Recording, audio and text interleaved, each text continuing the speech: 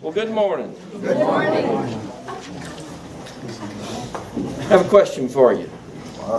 By the way, I talked about Danny Reynolds, up one side, down the other, and this guy's so good, he went from the back row to the front row and came back for more. Way to go. You're all right, Dan. Thank you. I pick on somebody smaller. I buttered him up. All right, we'll start with this. This is for you to think about. What would you do? What would you do for $10 million? Eat carrot coleslaw. Eat carrot And wear Francine Ledoux's hat around the church. That would be easy. You know what? You set your price too low. What that was? That was worth $200. $200. Wow. Pastor, he's a workhorse. He's making money for the building fund. Max Lucado. You've heard of Max Lucado? Yes. Yep. No. Okay, Jerry, this is for you. This is for Go to the bookstore. Jerry, how much do you read? Do you read a lot? Yes, sir. Okay, we're going to have to get you a Max Lucado book. In the bookstore. There's some in the Grace Gifts. God came here. Jerry may not be back next week after I get through with all I'm this. being honest. I haven't heard of it. Okay, Max Lucado. He'll make it up tomorrow. Max Lucado, in one of his series that he did, he posed this question in a survey form. He said, what would you do for $10 million? Now, don't look around the room. Because I don't want you to start trying to figure out who in your group would have said yes to this, because it'll get... 25% of the respondents said they would abandon their family.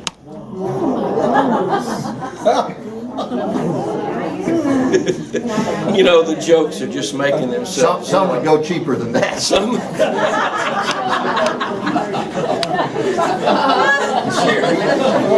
Not me. Not me.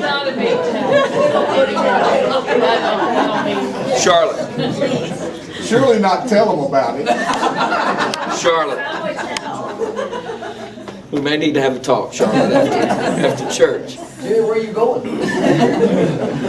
Your house, sir. 25% said they would abandon their church. Would 25%? Probably the same 25%. 16% said they would give up American citizenship. Well, no, don't discount that. You can go live pretty good somewhere for $10 million, right? You might not live long. Is this amazing? Oh boy, 16% don't look at your better half said they would leave Richard, their spouse, over $10 million. You'll like this one. 13% said they would put their children up for adoption. If you could see Karen Corkin's face right now. Well, now, if I get to pick which child goes up for adoption, I might do it. Please don't get my mother out. Already spent that much keeping them. Would you still have to give up after you left your spouse?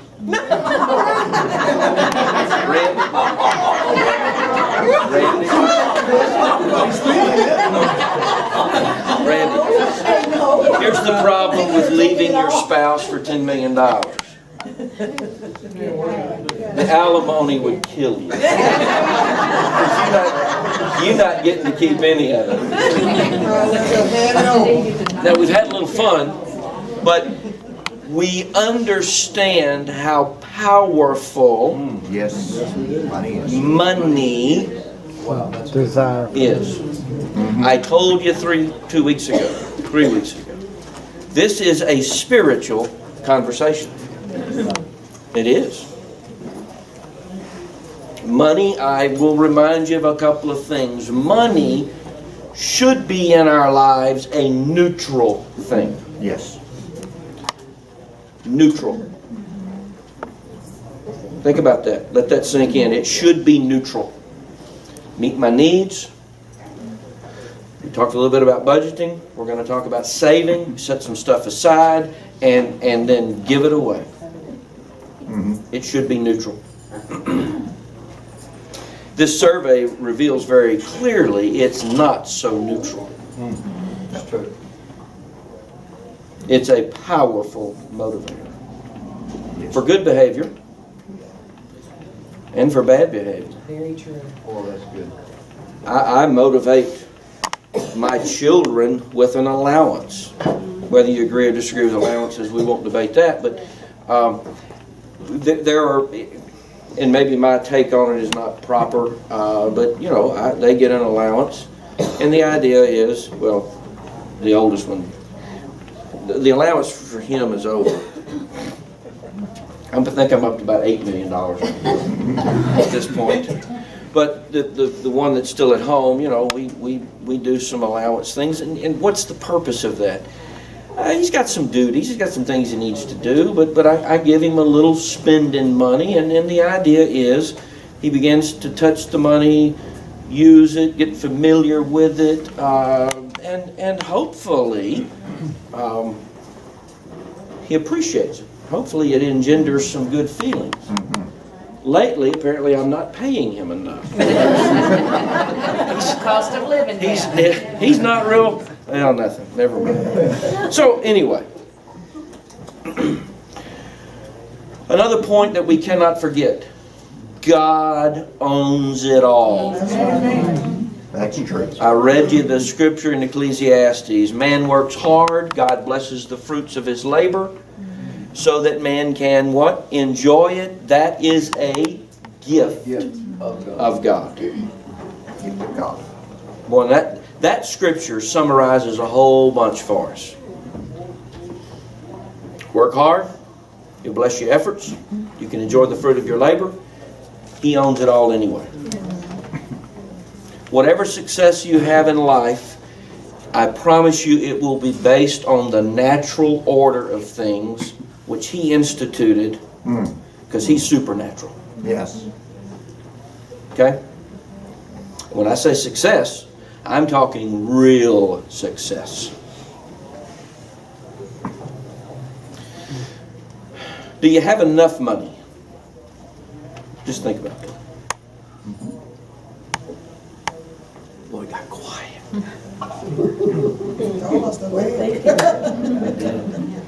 Do you have enough? So what's the purpose of the class, Brown? Why are we here? I hope you've enjoyed it so far. We'll probably wrap it up next week and tie a bow on it. But what's the purpose? Well, my purpose in as I see it is to equip us with financial principles, biblically based, so that you can be in a position to, let's be selfish a minute, take care of you and your needs, take care of future needs for you, your family. Okay, that's important. We read that. And then give. Oh, it's always about giving. No. Let me say it a different way. It's about getting our motive right about money. Yes. Yes. And a pure motive about money, you'll give it away. You'll give it away. All right. Last week, we're going to take some questions. I've got a couple. But I want to get through some steps for you. Some things that I want you to work on. We talked about a budget. Danny Reynolds went home, he made a budget. Nobody in his household likes me or Danny at this moment. They don't like us because they made a budget. Not really. That you already lived with a budget in some respects. Make a budget. Told you what that meant? It meant initially just write down what you spend and how much you got and do some math. Then we got to talking about debt. There's good debt, there's bad debt. Most of us, when we buy a home, are going to have to borrow money to buy a home. And that's important because Sharon, the Bible says, take care of your family. Right. And so you got to put a roof over their heads. And when you start out, you know what my first house cost me? You can't even buy a good truck at Green Chevrolet. Where's there? With what my first house cost me. $27,000. On 8th Street. On 8th Street. He hadn't read Max Lucado, but he remembers where I lived 30 years ago. And my wife and I had to borrow money, Shirley, to buy that house. And we left that closing and thought, oh my God, Lord. what have we done? It'd be all right. It'd be all right. We had to borrow some money to do it. Good debt. Had to get some help from mom and dad to do it. I want you to be in a position to help your kids. Not. Remember, we need to teach. We're going to have to probably come back and do a long lesson on boundaries. That's a good one. Not to the point of. This is not in the notes, but I'm going to say it anyway. Not to the point of making yourself. How about this? Parents, if they're not careful, can be responsible and unhappy, and create kids who are irresponsible and very happy.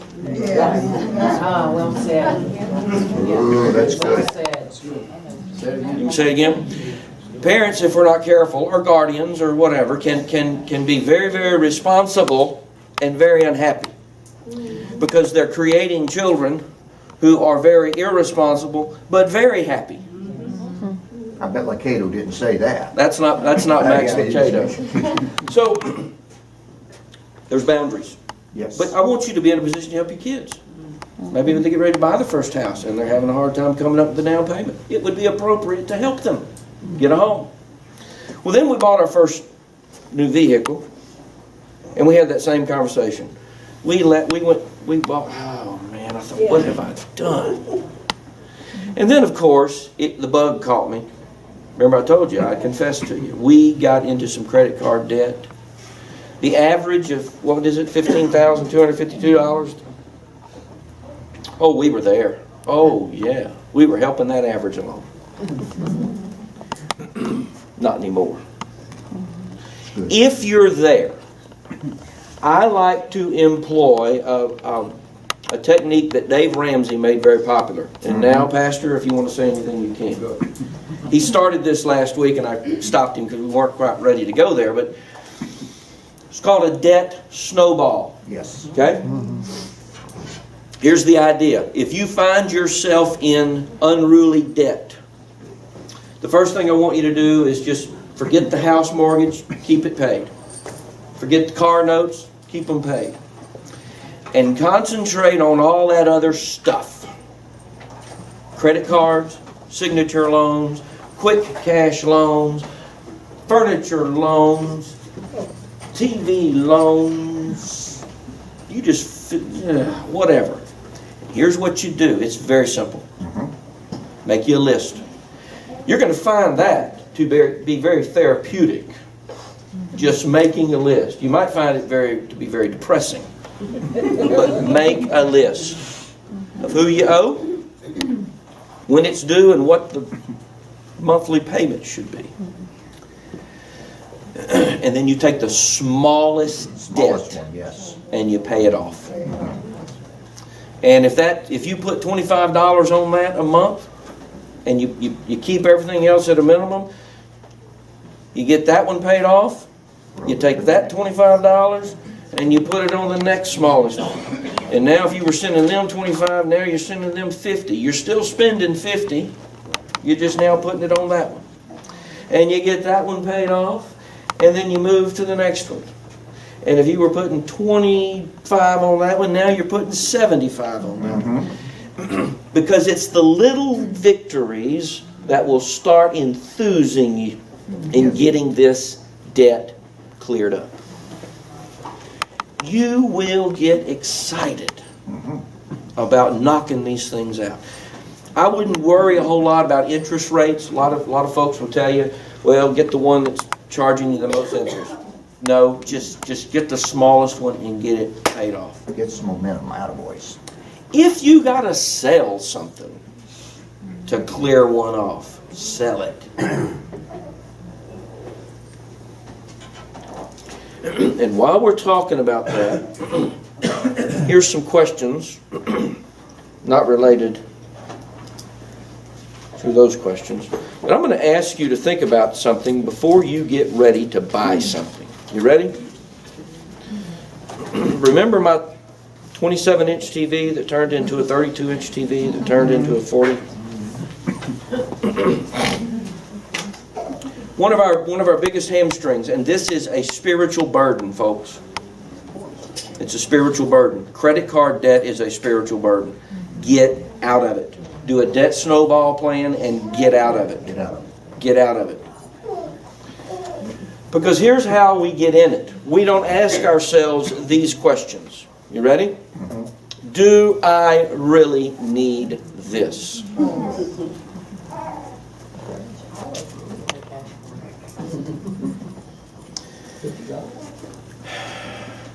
Did I really need... See, we had a pretty good TV. I may be Pentecostal, but we have 4 or 5 TVs here.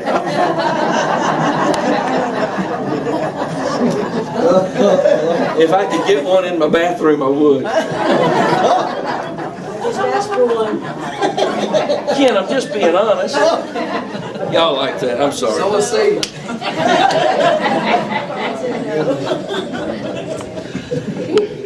Oh, God. I've messed up big time now. Sam, I want a copy Sam, of film. Sam, I'll give you $200 for that tape. If you'll put it on the building fund. Make it 4. 400. Do you need this? That would clear up 50% of our problems. True. Probably more. Do I need this? Most of the time, no. No.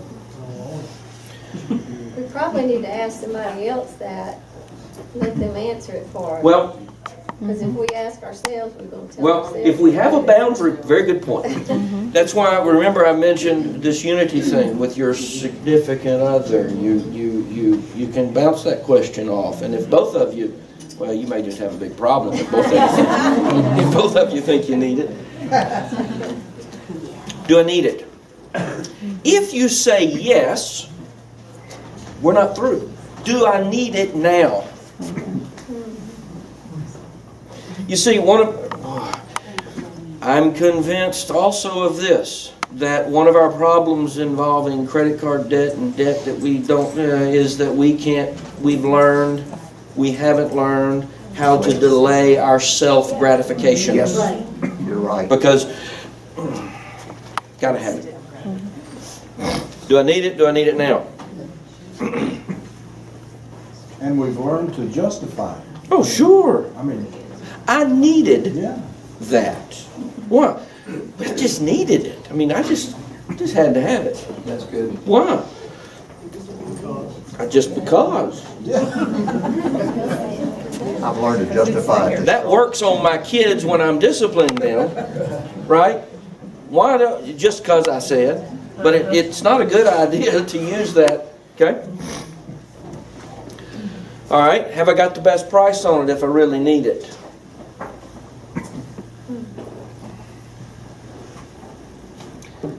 Can I get by with a less expensive version?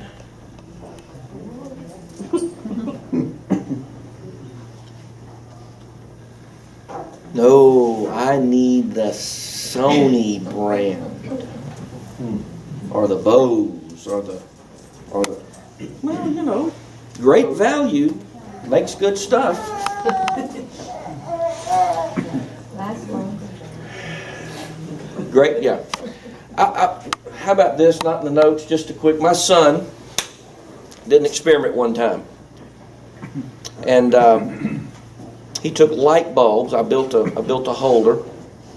We bought expensive light bulbs, middle range light bulbs, and great value light bulbs. Guess which one lasted longer? Great value.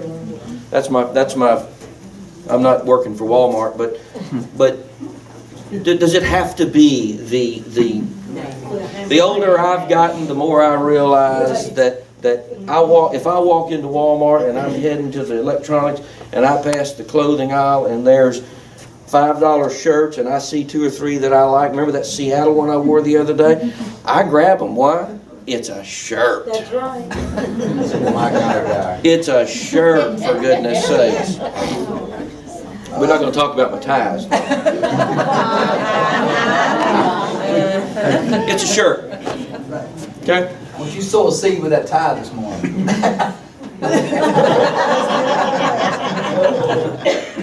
I'm thinking about that. I still want the macaroni in the blue box, though. I don't care. That cheap stuff. Let's move on. You don't even know who Max Lucado is. So I know Kraft makes blue box. how about this question and then we'll move on. Will I still think I needed this in 30 days? Oh, Diane, really? I've gone to meddling, haven't I? I'm trying to keep you out of unnecessary debt. Yes, yes. Good. Stop it. Put a restraint on yourself. Okay. How many of you have emergency money somewhere? Just don't raise your hand, just think about it. If all of a sudden your transmission fell out of the bottom of your car and you needed $1,000 at Harmon's Automotive to get it fixed, or wherever, pick somebody, could you handle it without it being an emergency? This is where we live. Yes.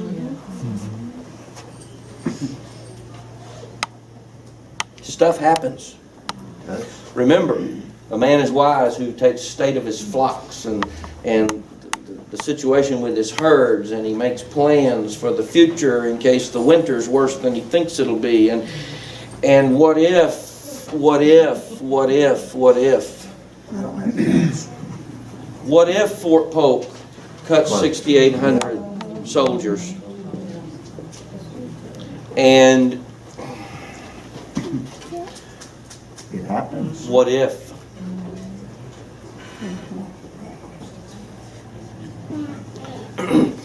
I think you ought to have some emergency money. So, make a budget.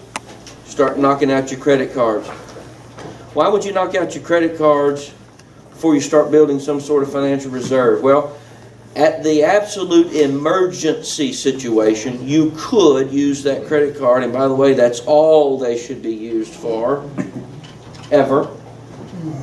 You could use it in the event of emergency. Could you survive 3 to 6 months without income?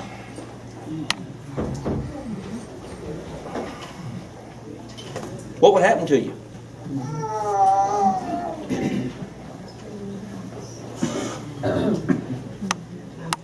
Yes. What if Ocean's Behavioral decides, I'm looking at Sharon, my friend Sharon, decides to close the doors and send everybody home? Sharon and Sam have a 2-income household.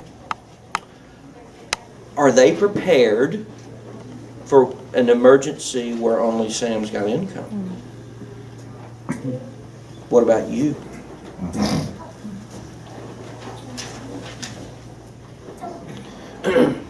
Get you about $1,000 rat hole somewhere to fix that emergency. And then, after you get the credit cards paid off, you get your $1,000 bookmark, start putting away 3 to 6 months of income. Get there. Yes. Because what if Fort Polk closes? What if Fort Polk shuts down 6,800 jobs? What if?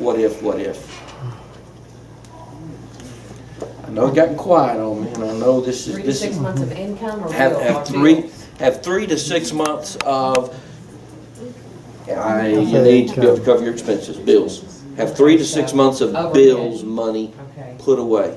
Why? So you can survive. Because you might be looking for a job for 3 to 6 months, and you need to be prepared. This is where we live. This happens to people. It does. Yes.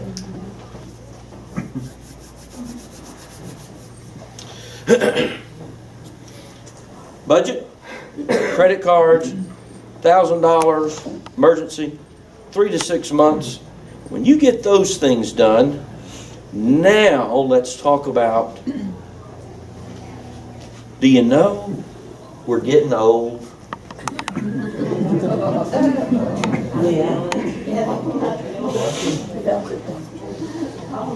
Miss Vita just winked at me. I told her she's acting like she's 35 years old again. Just had a stent how many days ago? You just had heart surgery, something? How long ago? Double bypass. That's no step for a stepper. For real? Wow. So I ask you, what are you going to do about retirement?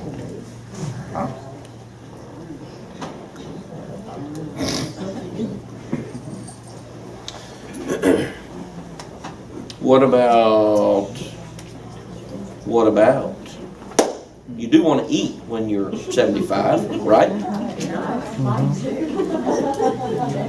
kind of necessary. You really don't, I know you say you will, but you really don't want to change your standard of No, you living don't. No, you don't. when you retire. I don't.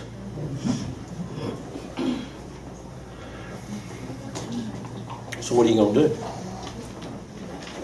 do? You ought to, when you get through with those first 4 things we talked about, you ought to be putting away, at least, you ready? At least 15% for retirement of your income. Yeah, but Social Security is going to take care of me.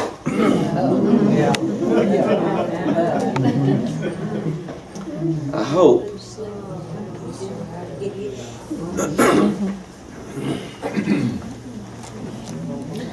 I don't know anymore about Social Security. I'm not counting on it. And I would say for you that ought to be lagniappe. That's extra. Don't count on it.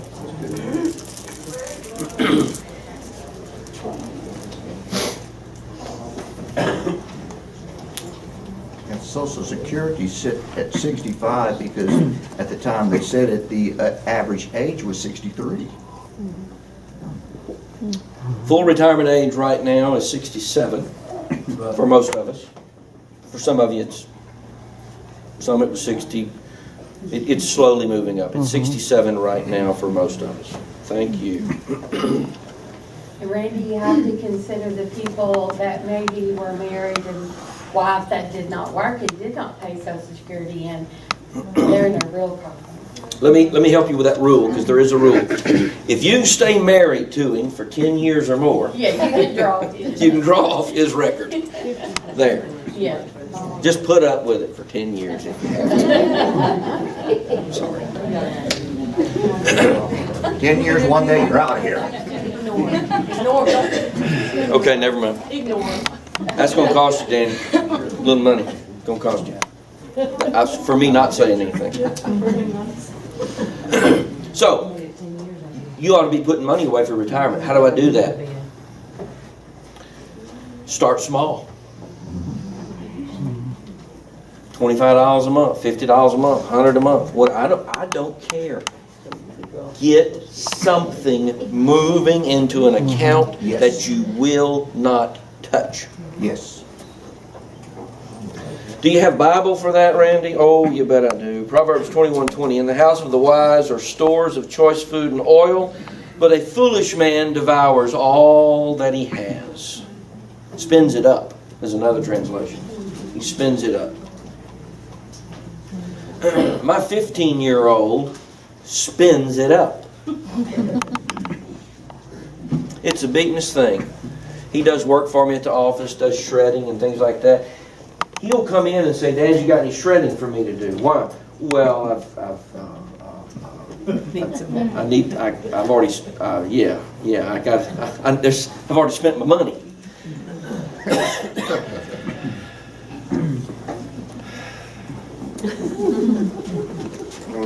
Just sold the spare on your truck, that's why he money. That's right. Go to the ant, thou sluggard, observe her ways and be wise, which having no chief officer or ruler prepares her food in the summer and gathers her provision in the harvest. We got to learn to save. Where is that? That's Proverbs chapter 6, verses 6 through 8.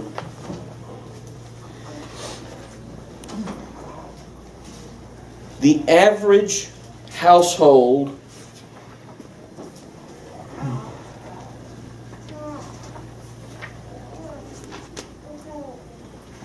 let me say it another way.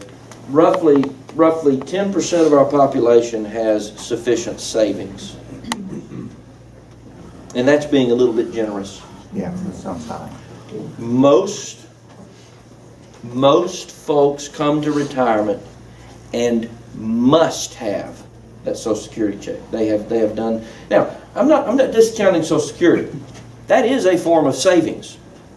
Okay? Every time you get a check, unless you're a teacher and you're putting in somewhere else, but you are mandatorily putting into Social Security bucket. And thank God for that. Because human nature,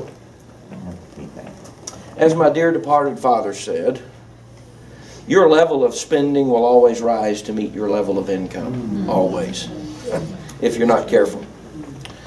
So you're putting 6.2% every payday in a Social Security bucket. And you're putting 1.45% in a Medicare bucket.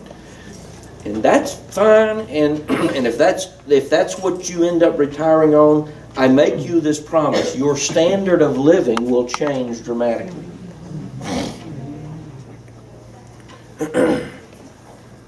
Medicare will certainly keep you out of medical bill bankruptcy, but I want you to do better than that.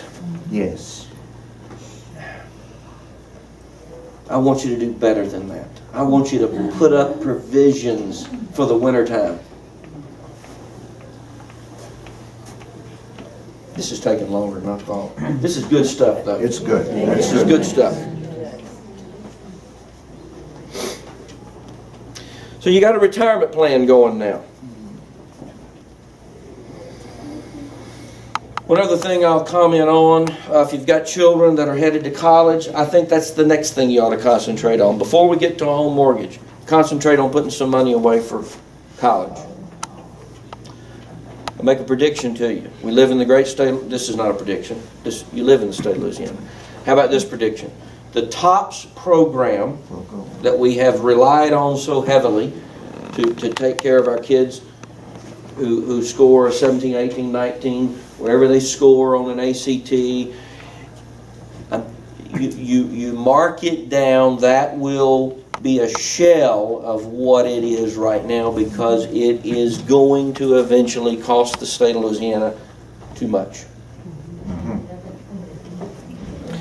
And the last thing I want you to do is have to go borrow money, student loans, for your kids' education. Okay?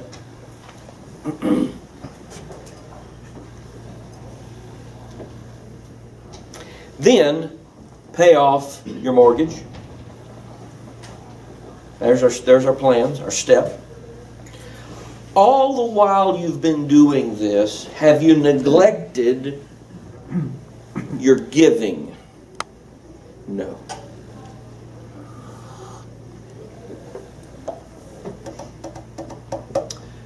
Next week, we're getting close to closing time today.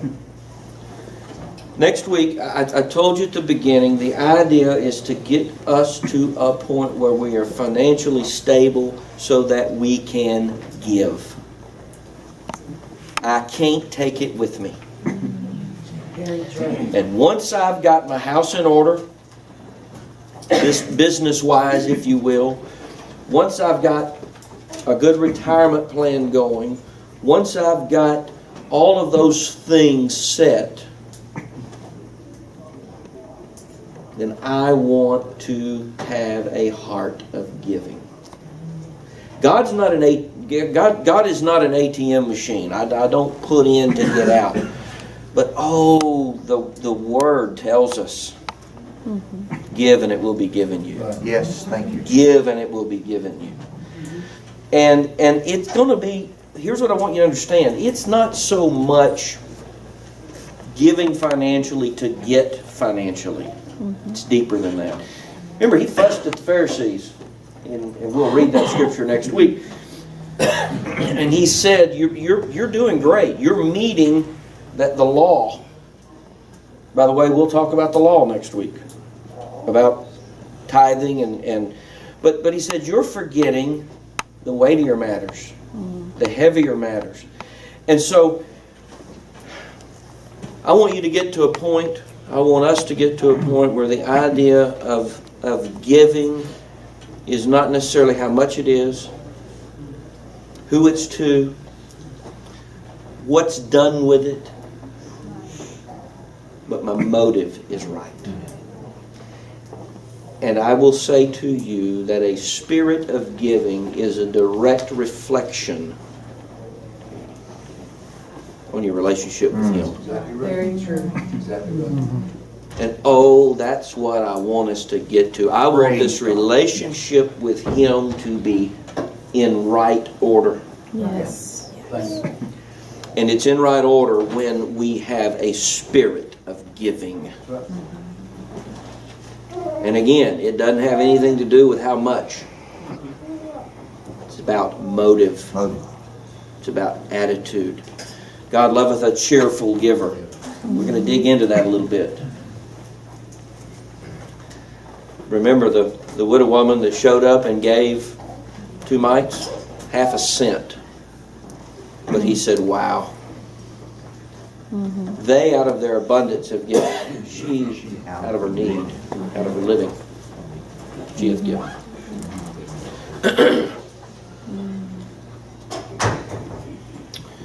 You want to hold these till next week? I'll do it. Comments?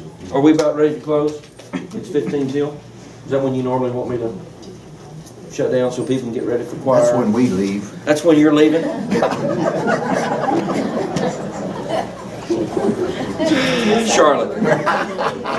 Charlotte, would you maybe not tell him what time you're leaving next Sunday so he has to stay in Maryville at the junction? Yes, ma'am. Randy, I just wanted to make sure that I got the bullet points. Yes. Quickly. All right. Number 1, pay off credit cards by the snowball bet. Yes, ma'am. Number 2, pull away $1,000. Get $1,000 rat hold where you can grab it if it's just life-threatening emergency. Number 3, save 3 to 6 months of bill payments. Yes, get that in a bank account somewhere. Number 4, put away 15% of income for retirement. Once you get those 3 to 6 months done, start blocking 15% at a brokerage somewhere and rock and roll. We'll talk a little bit about where to put the money, but yes. Okay, and number 6, pay off the mortgage. Again, get the mortgage paid off. That's Amen. what we went over so far. Yes. Okay. Yes. Just wanna make sure. Still going. I forgot to say for sure. Get college. That won't apply to everything else applies. Probably the college. You know, you may not need that. Pray that top stays in it for some Pray that years. tops will probably be around, but it will not look like it looks now. What I think they're going to do is start pushing that ACT score up higher and higher and higher to filter out. They can't make it go away because that would be political suicide, so they'll just push the requirements up. The way it's set up now, once it's replenished, Yes, It's done. yeah. So they're already set up right now where they take the top scores. Yeah. If they end up replenishing it for the year, then they take. There'll be an outcry, and they'll keep it funded, but they're going to make it so tough It'll be harder to to get the money. They're going to, because if they make it go away, then that's going to, they're all running for reelection, and that's going to Randy, hurt. I think it's important that people that's listening understand that the people out there that have actually $1,000 in saving is very, very small. Yes. So if we're in that situation, don't feel too bad. Yeah, and let me say this, good point. This is a framework that I'm giving you. Manipulate it, modify it to fit your needs. For some of you with no bills and no debt, you may just need $500 in an emergency account. Modify it, fix it like you need it to be. I know there are more questions in this room than that. So, this week, get your questions to the church office. Please. Next week, we're going to talk about giving. We're going to talk about biblical principles of giving. We are going to pray a prayer over this group, and we're going to pray blessing on this group and on this church. Amen. Be ready for that. That's where we're headed.